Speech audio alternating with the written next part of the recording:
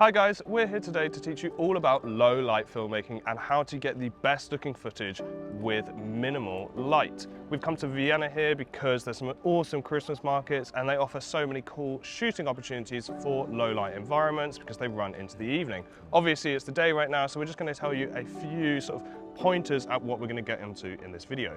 Yeah, so what kind of settings that you're going to want to be shooting in to get the best out of the camera body that you have, what kind of gear to bring, prime lenses, for example, but also practical tips that you can use when you're out there, like finding big sources, key lights, that kind of thing. So yeah, excited. We're both shooting on Sony today. They have incredible low light capabilities, so they're one of the best brands to pick if you're interested in that kind of thing, but we'll give you more on kit later on in the video.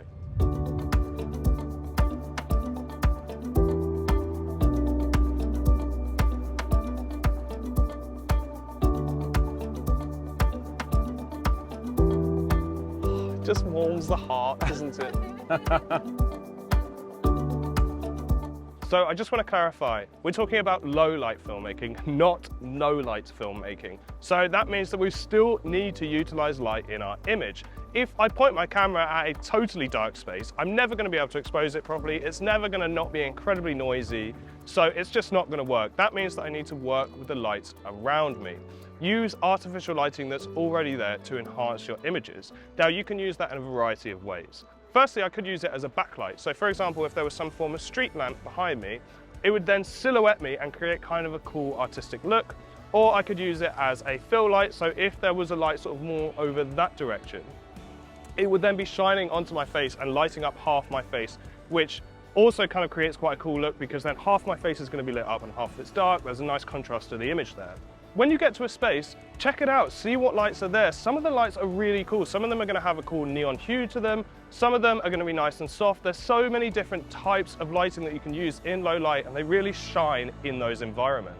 All of the practices that we're going to speak about in this video also apply to non-on-field settings. So while we're testing this out at a Christmas market, these actually are all going to apply to things like events that are often quite poorly lit. So if you're going to shoot a wedding, a dance, anything like that, usually there's really low lighting in there, but you can still use all of these practices that we're going to talk about through the rest of the video. So just for an example, key things that I'm going to be looking out for at the Christmas markets are things like street lamps. Street lamps are a favorite of a low light shooter, but you can also look for things like neon signs. They provide a really cool, colorful look. Also, like a shop window. Shop windows usually have a really constant soft lighting source, so they're going to be really nice for lighting your subject. And even things like fairy lights or an actual fire, anything like that can create a really nice look. So make sure to scout those out when you first get to your scene.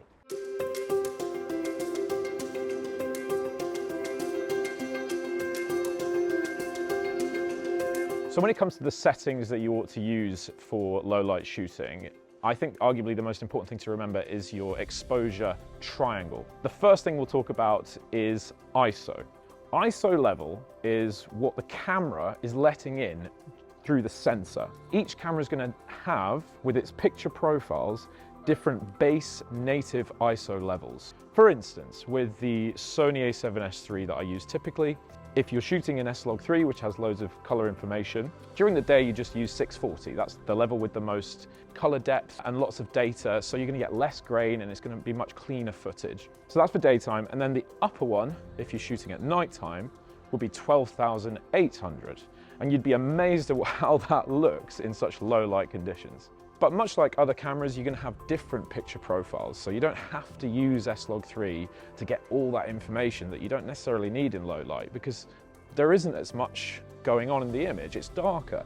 So S-Cinetone actually is brilliant for Sony because they have loads of information in there, and you don't necessarily need to use the native ISOs. Any ISO is going to look pretty good, and it's good. What you're looking at when you're shooting is pretty much what you're going to be getting. S-Cinetone has a base of 100 and the upper base of 2000. But whatever brand or camera that you're using, they're all going to vary in terms of picture profile and how much data they're letting in, and in their base native ISO levels. So just do a quick Google before you shoot in it and just ask it, okay, I'm going to shoot in this, what's its native ISO? And you'll be good to go. Next would be aperture. So aperture in low light, you want the lowest possible. 1.4, 1.2 would be absolutely perfect. The kind of lenses that you're going to want are primes because they let in the most light. You know, zoom lenses tend to be around 2.8 or more because there's a lot of glass to get through there. So the less glass, the more light they can let in. What's also nice about low aperture is the lower the aperture is, the shallower the depth of field, which means that when you're shooting your subjects, you're going to have lovely fairy lights or whatever kind of lights in the background, which is going to be this gorgeous bokeh, perfect for low light shooting. And finally, the last point on the triangle is shutter. Now, obviously, usually you're just going to want to go double your frame rate.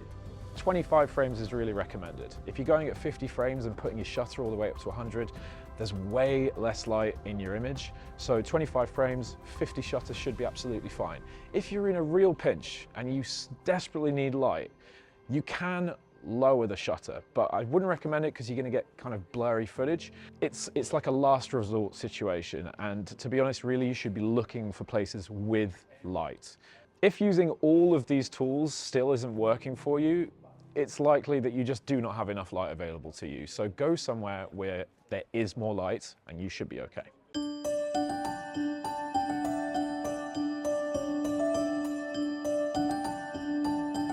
So let me just run you through the equipment that we're going to be using when we're shooting in low light later. So first and foremost, I have the Sony A7S III. This is a low light beast. That's largely due to its 12 megapixel sensor, which may not be great for photography, but is plenty enough for video, but also allows to be able to shoot in really low light conditions with minimal noise. That's the main selling point. I mean, there's loads of amazing features of the A7S III, but the fact that it's so good at shooting in low light is one of the reasons it's so incredibly popular with videographers. So it's a really, really good choice. Now I'm going to combo that with a variety of lenses. So first I have the 24-70 f2.8. This is a really nice lens. It goes down to f2.8, so that's a nice shallow depth of field and it will let in a lot of light. It's not as good as prime lenses are going to be, so if you're really looking to shoot in low light, I'd recommend not actually shooting on a zoom, but shooting on primes. So here I have the 50mm f1.2, an incredible beast of a lens, and the f1.4 85mm as well. And we also have the 24mm from Sony as well, but that's actually on the camera shooting me, so I can't show you that. All of these are going to be amazing. That's because they have such a shallow depth of field and they shoot so incredibly quickly, which of course lets a huge amount of light into your camera.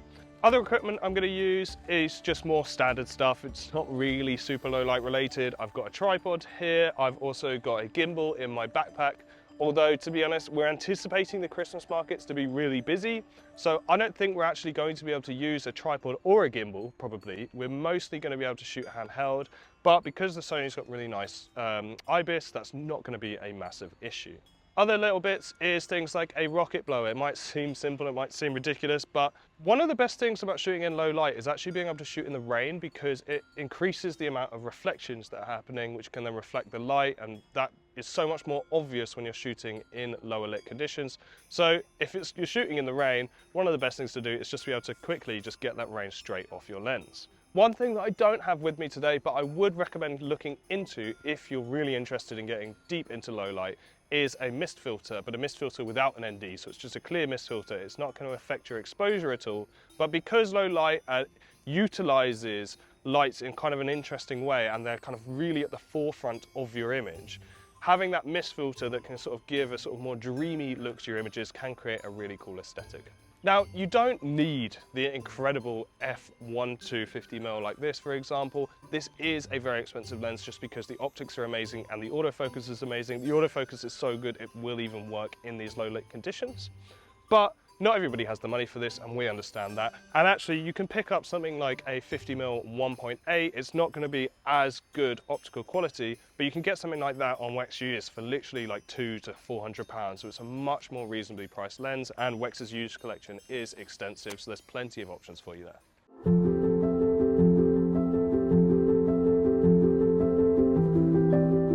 Very important part of low light shooting is knowing what your white balance is and being able to adjust it.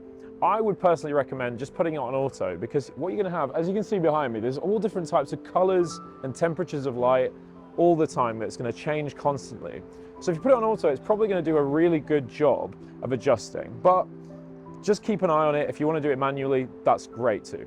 So when you're monitoring those colors and making sure they're right, you've got all sorts of assist tools to help you.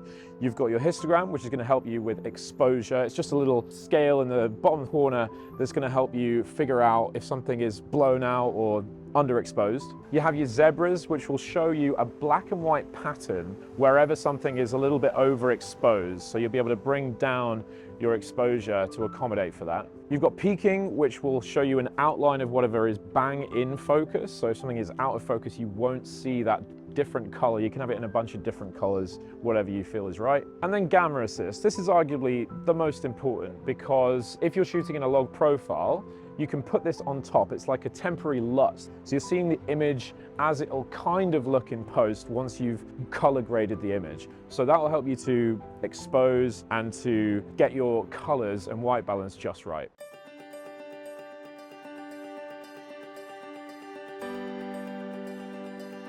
So one of the key things about filming in low light is utilizing different elements. Because of that lower light, the light sources are sort of more prominent than when you're filming in the middle of the day, which gives you options to be really creative with your images. It means that you can utilize things like smoke, steam, even like the steam coming out of my mouth right now. Also stuff like reflections are really fun to play with, and even using stuff like backlighting, or as you can probably see in the image behind me, just a nice use of bokeh. There's so much room for artisticness and creativity, so have fun with your images and play around with them and see what you get. The other thing I really want to point out is, just like any form of filmmaking, your narrative and your story is always what's going to make your video really good. As incredibly visual it can be, and I know we've given lots of technical tips about how to make sure you're exposing your image correctly, but don't forget to think about these key elements of storytelling. So we're going to a Christmas market. What do we want to capture? We want to capture some people having some ice skating, having a smile on their face and a good time. We also want to make sure that we capture the food, some of the lights, and just the general Christmassy vibe. That will help tell the story of the market and people coming to enjoy it, which will ultimately make our videos stand out from the rest.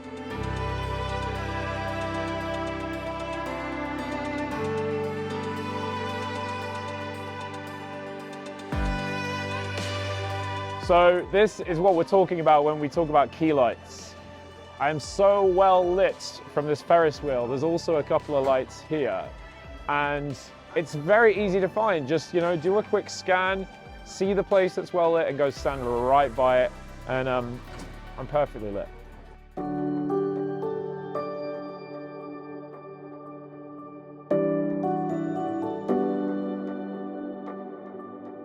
So guys, that brings us to the end of our low light tutorial. This was an absolute blast.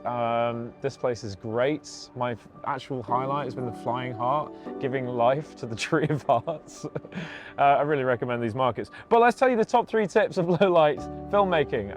I think my top one would be use fast aperture, low aperture primes. Yep. You can't beat it. Using a zoom is great, but you're just going to get such crispier, creamier, lovelier footage with a prime lens for me. Absolutely, completely agree. I would also say play with light. Low light filmmaking is such a fun opportunity to get creative, to do weird things, to play around with bokeh, and you don't always get that opportunity to play with that in the day. So have fun with it, get artistic, try some shots that might turn out horrible, because probably some of them will turn out looking pretty cool as well. And our final tip for low light filmmaking is watch your exposure. That's kind of the hardest thing about low light filmmaking, is making sure your image is correctly exposed. If you're not sure, I would always say the best thing to do is to take your camera out and have a practice, expose an image in like 2 or 3 different ways, using different ISOs, using that exposure triangle in different ways, and you'll quite quickly work out what you think looks best and how you can develop your own style and how you can make sure that all your images are going to look really nice and clean. And try different picture profiles as well, because you'll have your own taste, and don't just rely on your ISO. If the image is underexposed or something, don't just go, oh, I'll up the ISO. There's loads of ways you can help it, which will help the quality of your image much more. Absolutely, but that is it from us today. I hope you've enjoyed the footage in this video. I hope you've enjoyed some of the stuff that we've made. Let us know in the comments how you've gotten on with your low light filmmaking. But apart from that, we just want to say Merry Christmas. We love you. See you next time.